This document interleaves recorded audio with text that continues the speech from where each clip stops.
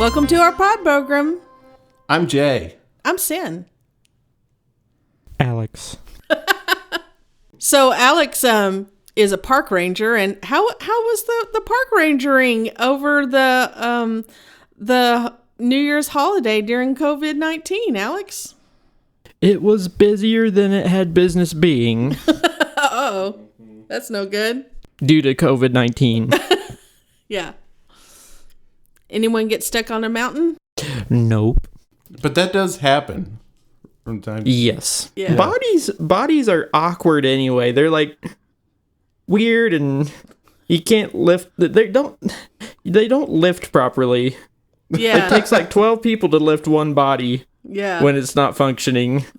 And then do that on a mountain. Oh, yeah. You know what I've never understood are mountain goats. Like, they can climb on the craziest things, and they got those little slick not claws, what are they called? Hooves. Hooves. They got those little bitty slick hooves. The horsey claws. Yeah, and I'm like, you would think they'd need like octopus grippers to be like up on mountains and stuff. It's just weird that they got those little slick horsey claws called hooves, and they're like climbing around like nobody's business. I'd have to have some spidey sticky stuff to do what they do. Yeah, I don't understand it. Because you can't grab stuff with a hoof. Yeah, there's not even another appendage to be like, I gotta hold on to this branch real good. Maybe the hooves, maybe they like dig into the rock. Maybe they're super hard. Yeah. You mean like stab into the rock? Yeah. Like little knives? Like an ice pick. Oh. Or yeah. you know how they climb ice. I don't know what to call it. Yeah. Is that thingies. a piton? Pitten? Beep beep. Beep, beep. Beep. I can make up words. So, we of course didn't do anything on New Year's. We weren't working and we were home, but on Nextdoor, the app Nextdoor, sure as shit, all the old people got on there and they're like, I hear gunshots. Like all these people at like midnight on New Year's Eve, they're like gunshots fired at 122nd and Halsey, and I'm like, nope. Because of course it's fireworks. Right. It's so funny. I was like, all y'all motherfuckers need to all like read everyone else and like put two and two together on this one. It's pretty funny. Good old Nextdoor. But it has been a while since I watched Solo, the movie. Me too. I have a catchphrase now. Uh-oh. What's your catchphrase? How about them Ewoks? That's pretty great. So, yeah, we're continuing on our series of watching all of the Star Wars movies one by one. Today, we're talking about Solo, and usual disclaimer, spoilers for everything Star Wars, not just this movie, but any of the other Star Wars movies. Or shows. Or whatever else we happen to remember. But it's also very, very incorrect. So, before we even started the episode today, I was like, why is this one called a Star Wars story? Like, aren't they all Star Wars stories? Yeah, because the actual title of it is Solo, a Star Wars story. Mm-hmm. It's not like Star Wars episode 3.5. I'm sure there's some geek knowledge out there about why it is, but yeah, we're not experts, and I don't really care. I thought this one was pretty good. Oh man, I love this one. Mm-hmm. Do you think Disney regrets not putting Harrison Ford's face surgically onto his face via computer? Yeah, I don't know. Harrison Ford is so weird. He's probably like, oh, whatever. Like, you mean for the young guy? I don't know. I think I would have been just, even though it's really good, I'll say this, it is real good. That Mando shit at the end with Luke Skywalker, it's pretty good, but I am constantly distracted by it, and it may be just because I'm trying to figure it out the whole time. Whereas, like, yeah. I'm like, I just accepted that this was the younger version of Han Solo because he did such a good job in the way he talked. Yeah, his inflections and stuff are on. And of course, his voice is not like Harrison Ford's. Well, I got kicked out of the Imperial Academy for having a mind of my own, but I'm a great pilot, and I gotta get home. This guy is nuts. No one goes back to Corellia. I got a reason. Pitch-wise, it's just not right. Yeah, It's not gravelly enough. Yeah, That's oldness. yeah. It's the same thing with like Spock. Whenever Yeah. they did the new Star Trek movies, and Hello, I'm Spock. yeah, they had Zachary Quinto. Is that how you pronounce it? Yeah, Yeah, his voice just does not match. Everything else is great, though. Y'all, but here's the deal. You sound different as you age. That is the thing. My voice is very different than it was when I was in my 20s. My voice has sounded like this since I was 2 years old. You are 35. So is mine. You are. It's just different. I'm telling you, it's different. Just believe My me. voice has never changed. You're like 1 year old, and you're like Ewoks, man. What about them? That's what I'm saying. How about them Ewoks? So yeah, Solo and Solo's Kira. got a girlfriend. Kira, the Dragon Queen from Game of Thrones. Good choice on that one. I like her. Solo and Kira are on the planet Corellia, and they want to get out. They're part of a crime syndicate. They're basically slaves to this big worm lady. And the whole planet is like the whole planet like that. Like it's extreme wealth and poverty. Is that what's going on there? I mean, probably. Yeah. But I don't know. They have to shop at Dollar General. Exclusively. I'm laughing. Poverty is not funny. It's just that's funny in the context of Star Wars. Dollar General is generally funny. Yes, Dollar General is just funny, period. It has nothing to do with the people who must shop there and the people who choose to shop there. And I feel like I could say that because I once worked at one. That's right. That's right. So. And we used to live right near a Dollar General, and we went all the time because that was our source of junk food. I still go. That was our source of Cheetos. Yeah, so they have to like sneak out, huh? Yeah. Oh, remember when my other catchphrase. Remember when Han Solo threw the rock in the window and it brought light in, and they're like, "Ouch!" Yeah, that's right. Yeah, And that's how they escaped. Worm Lady did not like the sunlight. Yeah. Oh, I didn't remember that. Yeah, okay. Yeah, and they had a little bit of coaxium, which is something we hear a lot about in this film, and it's very valuable. It's used as the spaceship fuel. Yeah, it's a fuel. And they use that to hopefully bribe their way through the checkpoint and leave at the airport. And it does not work out for Kira. Kira gets captured. The coaxium, do you think that is an Empire-driven resource because they have such a large fleet that they have to power all the time? Or is that like everyone's ships run off of that? I think everyone's ships run off of it. But knowing the Empire, most of the good places to get it are controlled by the Empire. Got it. Sort of like oil Yeah. here in the United States. Yep. We don't own the places where it comes from for the most part, but we sure as shit do feel like we do. So I also wanted to note there's this one funny moment here, and I don't know what it's called, airport or The bus station. the bus station, where Kira gets captured, and Han, he's trying to get out. He's trying to hide from the security guards or whatever and the stormtroopers, and he sees his out as this desk where you can enlist in the Empire. As he's approaching, you can see this like propaganda commercial behind him, and if you listen to the music, it's the Imperial March, but in a major key, so it sounds like all happy. It's like, enlist today in the Empire. Oh, Be a wow. part of something.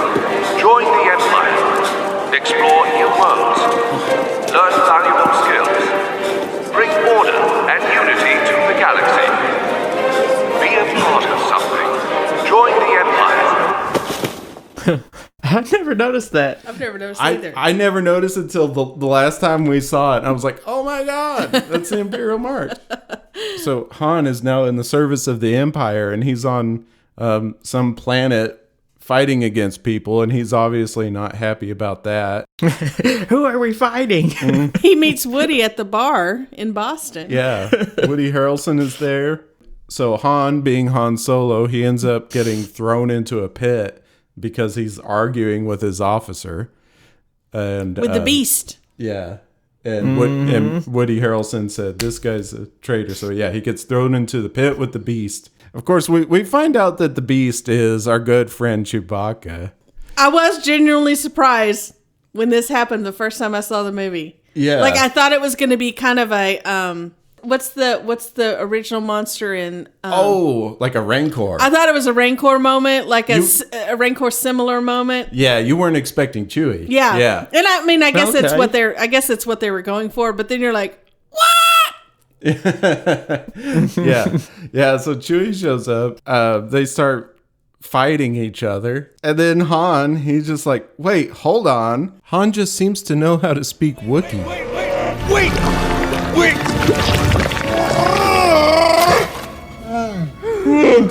Yeah, I speak a little now. Just listen to me, you.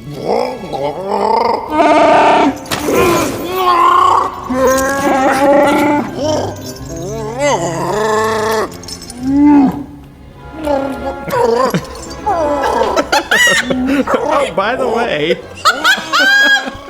It's such a ridiculous plot device. It's never explained.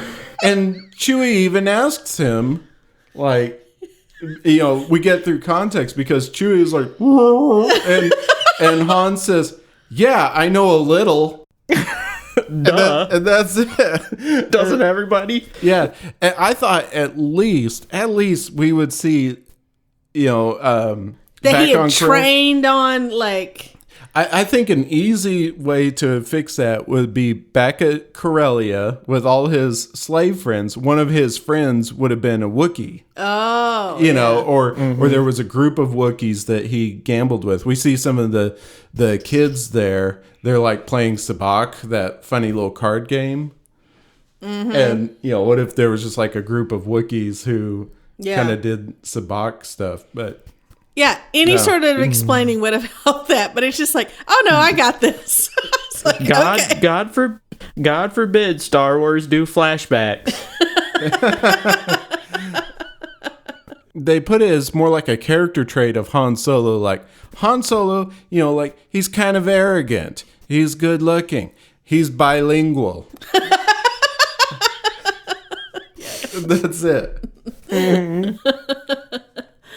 Well, so then Chewie and his good friend Han escape with Woody Harrelson and friends. Yeah. Chewie and Han decided real quickly that they were best friends. It was kind of a Step Brothers moment where they were like, name your favorite dinosaur. Velociraptor. But it was all... Sometimes you wanna go. Everybody knows a Wookiee language. Oh shoot. That train scene is pretty cool. Yeah, it's pretty cool. That flippy around train. And sometimes I try to think, like, is that necessary that it turns? Like, is it just as easy to build the track perpendicular to, like, does it have to turn? I think it does make sense because I think they're trying to show that it's going super fast. It's not going to slow down for anything. They want to get it to where it needs to go real fast, and it needs to go through this mountain range. So it makes sense that it would be angled like a roller coaster. That way it didn't have to slow down through the curves. But it's still going on a curve. It's just the train itself is now its feet are parallel to the mountain versus perpendicular to the mountain, but it's still going around a curve. Yeah, but if it's flat, then centrifugal force would try to pull it off. if you did, like, if you had a roller coaster full of people, it's going real fast, and it makes a right turn without being angled like that or banked, the people will fly out to the left. I seriously, the whole time I was like, it looks really cool. I get it. Like, it's freaking awesome, but it's unnecessary. But now it totally makes sense. Yeah. You think it might be a little bit unnecessary in that they have flying vehicles?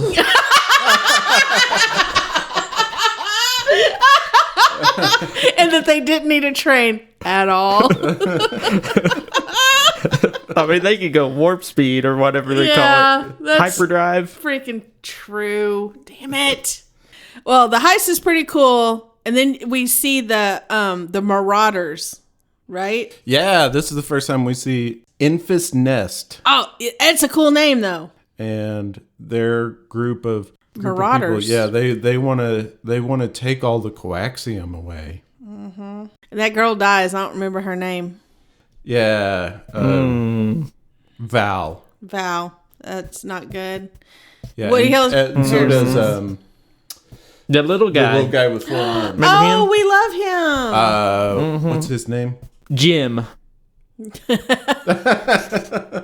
4-arm Jim. Oh, Forearm Jim. Yeah. That's pretty good. Pretty good one. Hang on, I gotta figure out. He- Rio. I just remembered it. Rio. Rio. Rio. His name was Rio, and he had 4 arms. Who, by the way, is voiced by Jon Favreau. And he really enjoyed sharp teeth in a woman.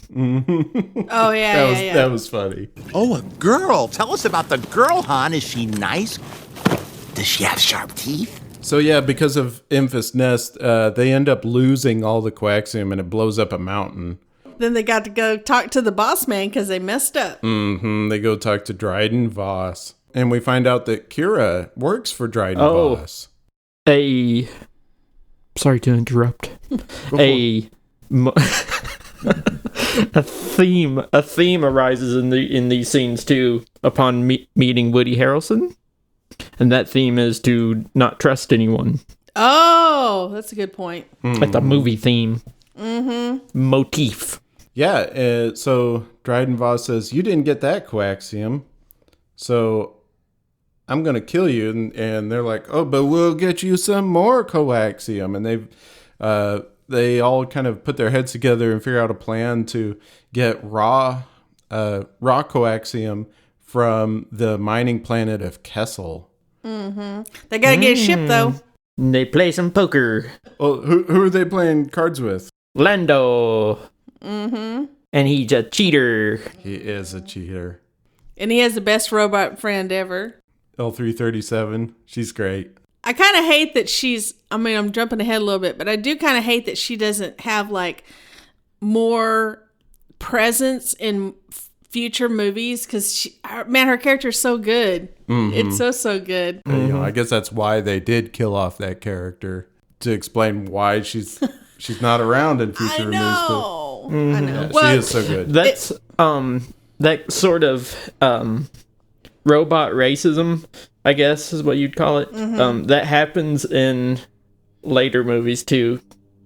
Spoiler alert, like when there's a part where C-3PO goes into C-3PO. He walks into a bar and they're like, "We don't serve their kind here." Yeah, that's true. I forgot about that. I mean, I think droids are just often mistrusted. I mean, you see that in Alien, in the franchise there, and in Blade Runner, which are connected. Yep. But, you know, it's just that mistrust of technology, which we have now, for sure. I mean, you know that would happen. If we actually had androids, there'd be this whole bunch of people that are like, Can't sit here. That's right. Yeah, so we meet Lando. Run, 3PO, run! Just picture that same scene, but 3PO just kind of like scooting along with his, like, without bending his legs. knees like he does, yeah. He But has it never joints gets in better. his knees, though. He has joints in his knees. Why doesn't he use them? That's a good question. Like, it's not like there's not a straight piece of metal from his hip to his foot. He has joints. They're plainly, you can see them, but you don't use them. Bend those freaking knees, man. You need some oil. Maybe they're like, you remember TV, like real old TVs, and they had the knobs that didn't really do anything. Maybe that's what his knees were like. They're just for looks. Yeah.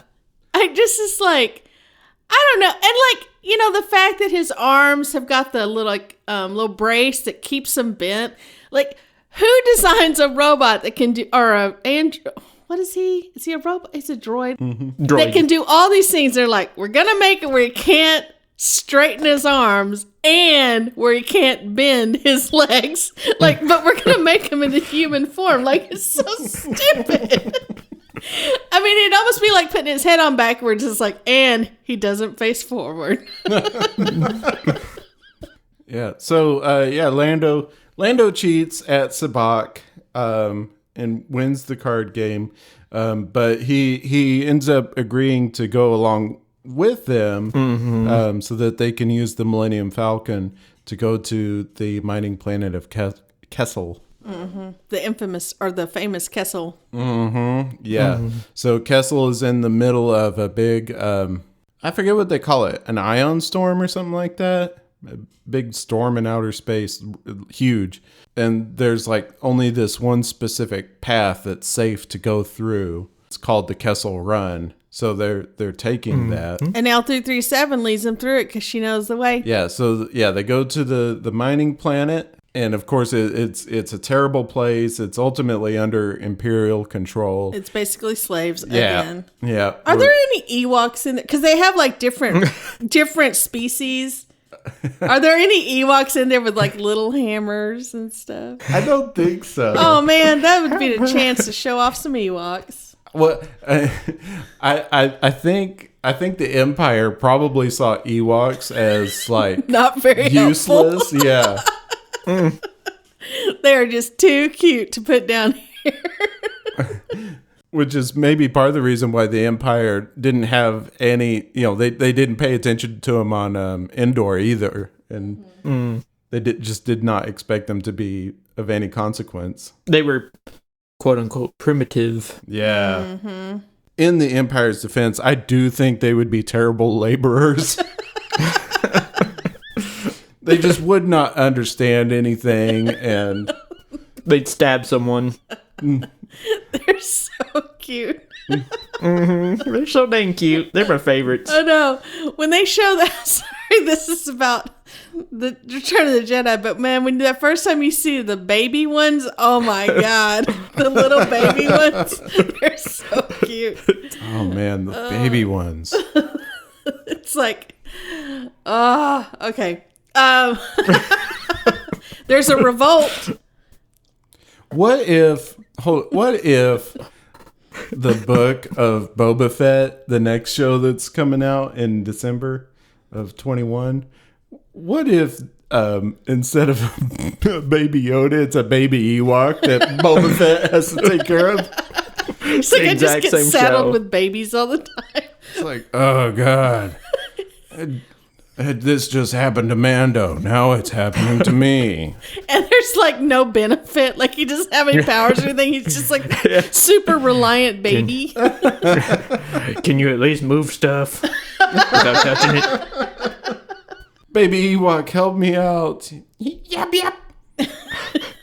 I was thinking his thing. You know how Baby Yoda's thing is he can move stuff with his mind, but the little baby Ewok, his thing could be like he could have like a short round quality from Temple of Doom. That he just kind of crafty. There's a role for those fellers. They should do the Ewoks movie too. What was that movie called? Caravan of Courage. Or just redo that movie. I would love to have, oh my God, Ewok, a Star Wars story. On Kessel, there's a revolt. What if? Oh my God. I should have never brought up Ewoks. Holy shit. What if the next big trilogy, episodes 10, 11, and 12, are about a Force-sensitive Ewok? Ooh. And I'll take it either way. They can be a Jedi or they could be a Sith. If they're a Sith, it's even better. Oh my God, like little Sith Ewok. Its little hand, its little fuzzy hand going, do it. It'd be kind of have a shriveled face. Yab. Yab, yab, do it. Yab, yab. Sith power comes from like the emotions, of Fear. passion and fear and power, and like it would be interesting to know its motivations. Bring me my rice-a-roni. I want a Reese's Pieces. Okay, there's a revolt on Kessel. Damn it. Yeah, because L337, she liberates all of the droids working there. Be free. Yeah. Chewie liberates all of the Wookiees. They unlock all the doors. And she sadly gets shot. Yeah, I she gets know. shot. Lando is truly heartbroken. So as they're escaping, they start going back through the Kessel Run, and they meet up with a bunch of Imperial cruisers blocking the path. Han Solo's like, "Don't worry, I got this," and he just starts driving through the dangerous part of the Maelstrom. Yeah, and they don't really know where to go, but they know that L337's computer chip can get them there. So. Doesn't it suck for L337 though that C3PO and did I say it wrong again? No, I'm that's just right. waiting. Oh, C3PO and R2D2, they've basically been through hell. Like, R2D2's been kicked around, thrown like a football. C3PO's like the friggin' scarecrow, been all over the place. And they've survived all of that, but L3 just gets a little bit of gunshot and dies. Oh Yeah. man, that's a good point. That is a good point. I mean, shoot, C-3PO was completely decapitated on Yeah.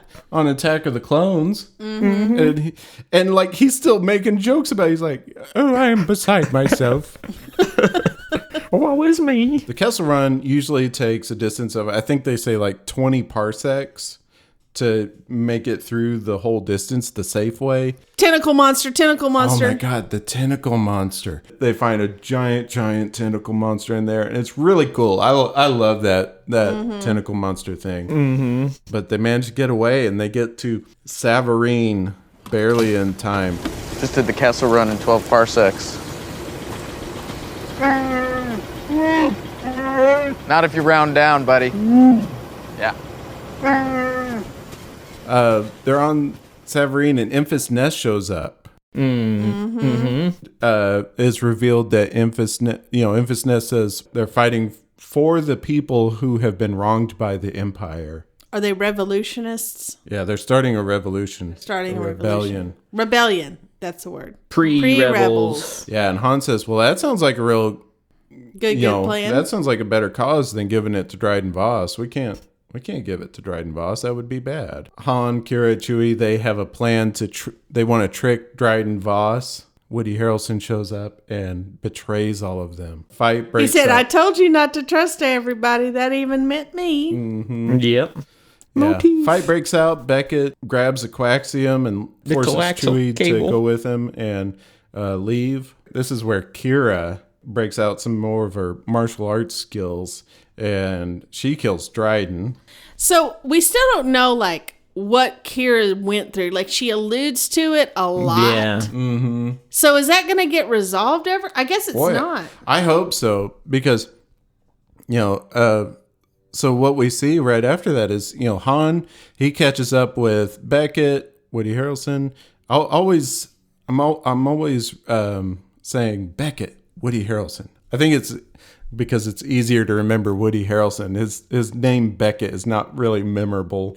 Well, I noticed in our other episodes, it's like we name everyone. We're like, Qui-Gon and Luke Skywalker. but then we're like Samuel L. Jackson. Because, like, he is definitely not anyone but Samuel L. Jackson. Like, he's not going to be anyone else. Like, he is no matter where he is in what movie, he's Samuel L. Jackson. Yeah, like, even whenever I'm watching the Avengers, it's like, oh, I love all these characters. You got Hulk, you got Thor, you got Iron Man, you got Samuel L. Jackson. Like in the comic book. Yeah. So, it's the same thing here. For sure. You got Woody Harrelson, Dryden Voss. Han left to go kill Woody Harrelson, and Kira stayed behind, and we find out because she gives a call to Darth Maul. She picks up the landline. Yeah. She's like, hang on, let me look up this Okay, number by real the quick. way, sorry, this is way off topic, but okay, Alex, have you seen The Parents Island and Animal Crossing? Have you seen it lately? I think so. In all of their houses and all the rooms, they have landline phones on the walls. I never noticed. It's so funny. It's so funny. That's funny. It's not. I mean, obviously they bought it or they found it or whatever. But it's like, it's just so funny. It's like, of course they were like, oh, we gotta install these. How else would we make the phone calls? I think they're serious about that stuff. The mommy bought that really expensive grand piano. Yeah, they are like their whole island is They're big tricked spenders. out. So yeah, Kira calls up Darth Maul. Actually, it's not Darth Maul. He goes by Maul at this point. I found out later. Keep saying calls up. On the telephone. Summons? What's the right word? It calls up just, this is not what he's doing. A Zoom. They're doing a Zoom meeting. Or wait, what's a funny Apple? What's the Maul speaking. Who's this? New number. Who dis?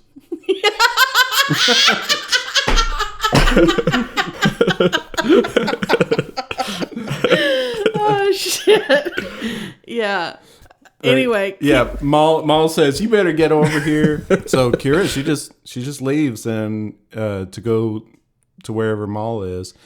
So would that mean that she's just is on the dark side, but she has no like powers or anything? She's just We don't know. we don't know. Oh, I will note that if you look closely, you can see Darth Maul has a set of new legs, just like on the space program. Mm-hmm. Titanium alloy. He's got some fancy new legs, fancy new running legs. Just like Lieutenant Dan. So Han gives the coaxium to Emphas for the rebellion, Yeah, which is a great move.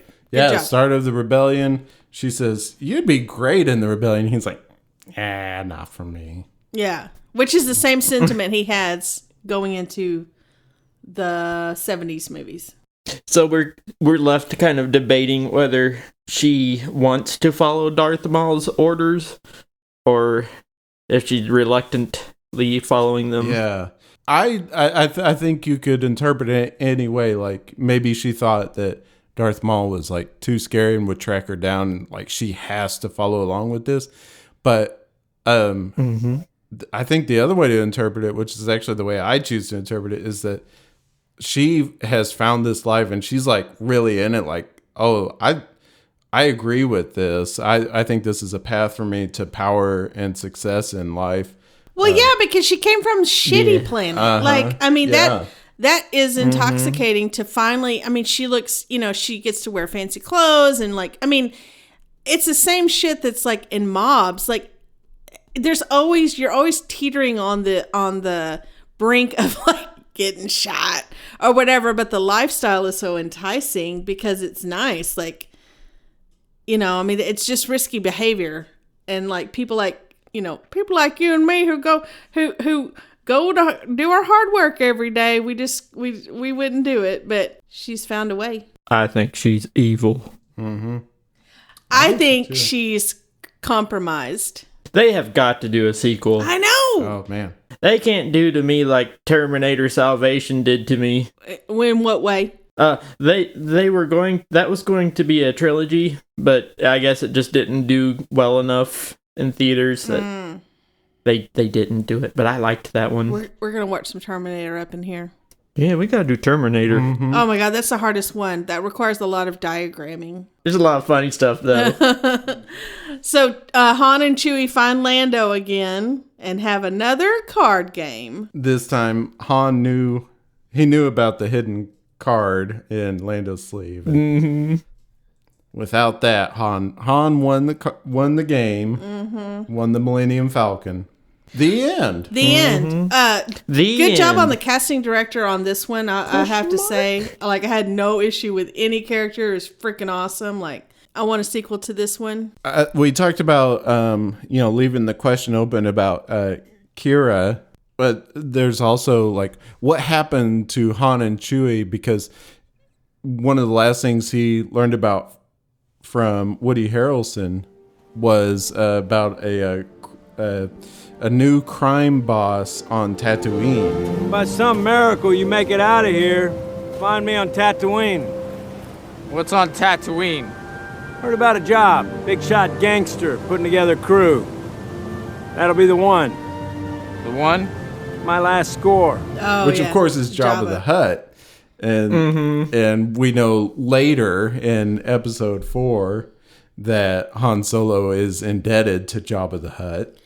I mean, I think that's the beauty of Star Wars is that, like, none of these stories are a single line. It's like a big tree or a big network, because all of these things are just, I find so interesting. You know, like, I would love to know, like, what kind of trouble did Han get himself into, and like why is a big old worm a boss of a crime syndicate, and like I don't know, like every freaking story is like a good offshoot from the original like trunk. What? So wait, when did this movie take place? Like, was it before Phantom Menace? No, it's after Revenge of the Sith. We're watching them in order, remember? It was after. Okay, but Jabba the Hutt was in Phantom Menace. That's true. But What was Han his role hadn't heard. then? I mean, but you know, this is just Han hearing about it. Yeah. Doesn't mean that it's not it could be new to them. new to them. Yeah. Yeah, so a follow-up wouldn't be an origin story of Jabba. No. Just a more in-depth story, though. Mm-hmm. And, you know, what's also kind of interesting is at that point in time on Tatooine, Luke is a young boy. Living in his sand igloo. That could be part of the Obi-Wan show. Oh, yeah, that's right. Yeah, they're making the Obi-Wan show. Starring, what was Beaver's name on Leave It to Beaver? Oh, Jerry Mathers. Jerry Mathers as the Obi-Wan. So the next one's Rogue One. It's like, I'm trying to decide if it's my favorite or not. Like, sometimes I feel like it's my favorite. So we'll see. It's pretty dang good. It's pretty dang good. by the way, this one, Solo, was directed by Ron Howard. Mm-hmm. I always forget that. He was for the listeners, Opie in Andy Griffith show. Thank you. And he was Happy Days. That's right. Ronald Cunningham. Did Opie have a full name? Was that Opie short for something? Yeah, what? Oprah. Opium?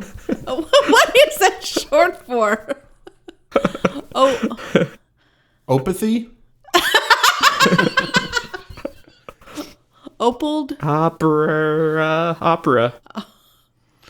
Maybe it's more like a Bob is short for Robert sort of situation. So Which I don't buy. I think that's stupid. So it's short for like Robert? Rupert? No. Is Rupert a name? No. His real name is Octavian, but we call him Opie. So next up is going to be Rogue One. Pretty excited about it. Yeah, next up, Rogue One. Rogue One. What was everybody's favorite part of Solo? Oh, I think my favorite part was just the outrageousness of him just suddenly knowing the language.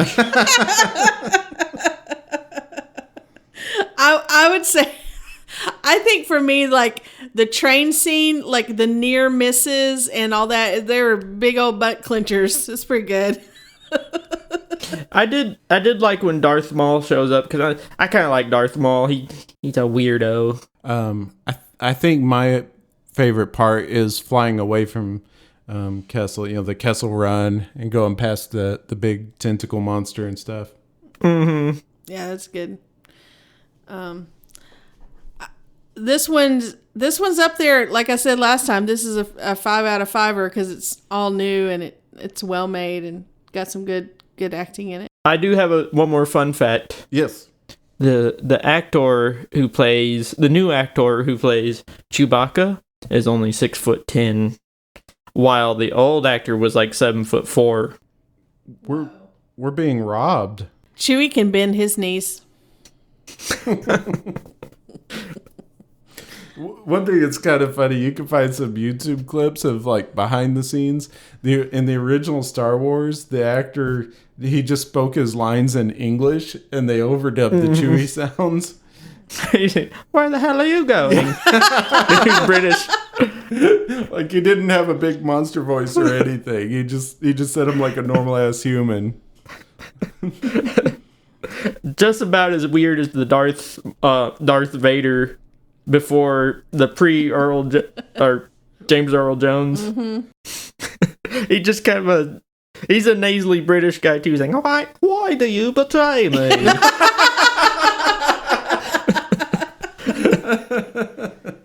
Okay, good to see you, Alex. We're about to have some tacos. Oh yeah, we're about to have some tacos for dinner. Ooh. Yeah. Don't forget the cheese. Mm-hmm. All right, see you later. Bye. Bye-bye. Bye, everybody.